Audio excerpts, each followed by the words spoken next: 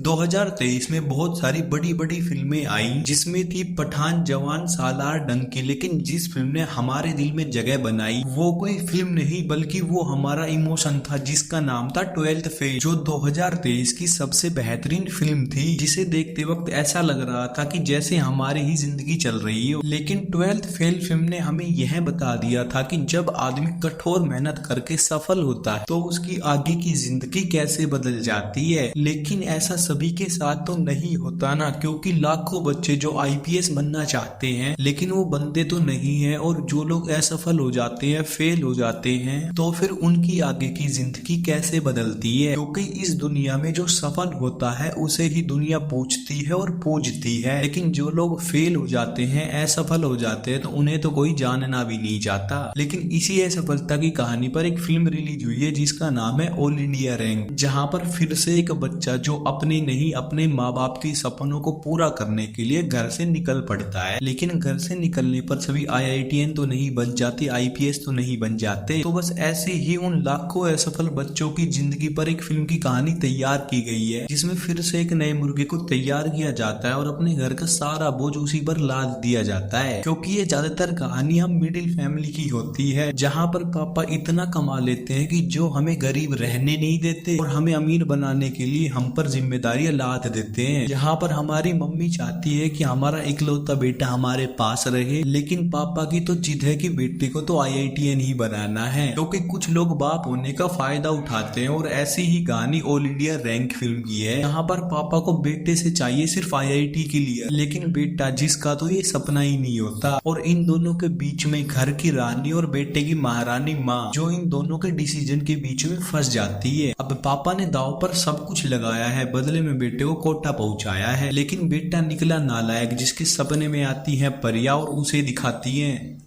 आगे तुम समझदार हो।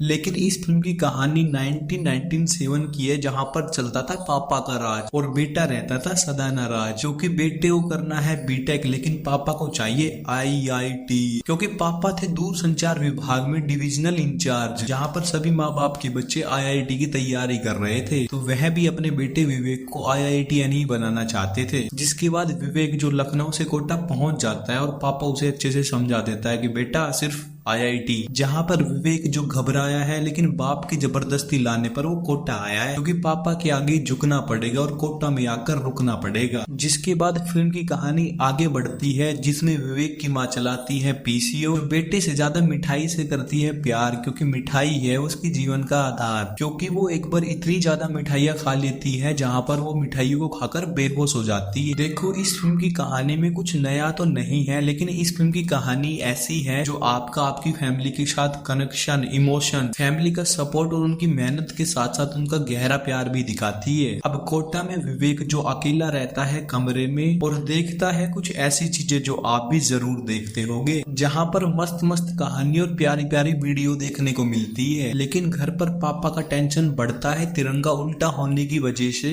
और उधर विवेक जिसे कोटा नशुड्डा लगता है। और अब ये दोनों क्या चीज है, इसके लिए आपको ये फिल्म देखनी पड़ेगी ऑल इंडिया रैंक, क्योंकि इस फिल्म की कहानी हमारी जिंदगी है जिसमें काफी डिटेल से काम किया गया है। माथे पर चिपटे बाल, रात में गोरे गोरे गाल, लेकिन फिर भी रहता है बुरा हाल। लेकिन जब मिलती है साइकिल वाली तो मन जाती है हमारी दिवाली।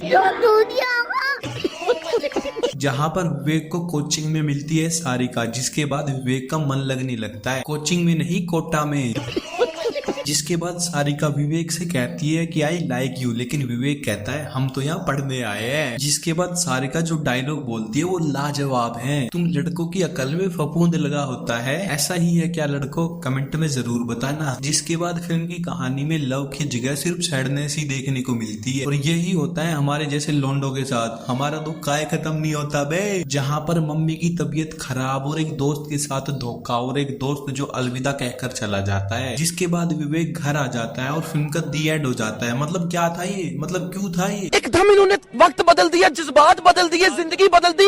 यार फिल्म की कहानी को अचानक ही बीच में खत्म कर दिया और यहीं पर ये फिल्म ऑल इंडिया रैंक हार जाती है, क्योंकि 12th फेल की एंडिंग जिसमें सभी लोग विक्रांत के साथ रोए थे, जहां पर 12th फेल की एंडिंग ने हमारा दिल जीत लिया था, लेकिन वहीं पर ऑल इंडिया रैंक जो हमें कुछ भी नहीं समझा पाती है और यहीं पर इस फिल्म को एंड कर दिया जाता है। लेकिन ये कोई फिल्म नहीं है, ये तो हमारी जिंदगी है जिसमें सभी एक्टरों ने बहुत ही नेचुरल और बहुत ही दमदार काम किया है, क्योंकि इस फिल्म को देखते वक्त आपको ऐसा लगेगा ही नहीं कि आप एक फिल्म देख रहे हो। इतनी ज्यादा नेचुरल फिल्म है ये ऑल इंडिया रैंक, जिसकी कहानी बड़ी जबरदस्त थी लेकिन अधूरी थी, क्योंकि इस फिल्म की कहानी में कोई भी चीज जबरदस्ती से नहीं डाली गई है। सब कुछ इस फिल्म में बिल्कुल नेचुरल और बिल्कुल स्मूथ है, हमारी जिंदगी की तरह। तो अगर आप एक सच्ची फिल्म देखना चाहते हो तो आप इस फिल्म को जरूर देख सकते हो, ऑल इंडिया रैंक को, जो मात्र 100 मिनट की ही फिल्म है। तो इस फिल्म को एक बार जरूर देखना, और अगर ये वीडियो अच्छी लगे तो वीडियो को लाइक करना, शेयर करना, कमेंट करना। फिर मिलते हैं कल नई वीडियो में, तब तक के लिए बाय बाय। मस्त रहिए, स्वस्थ रहिए और मेरे चैनल को सब्सक्राइब जरूर कीजिए, जरूर। Thank you.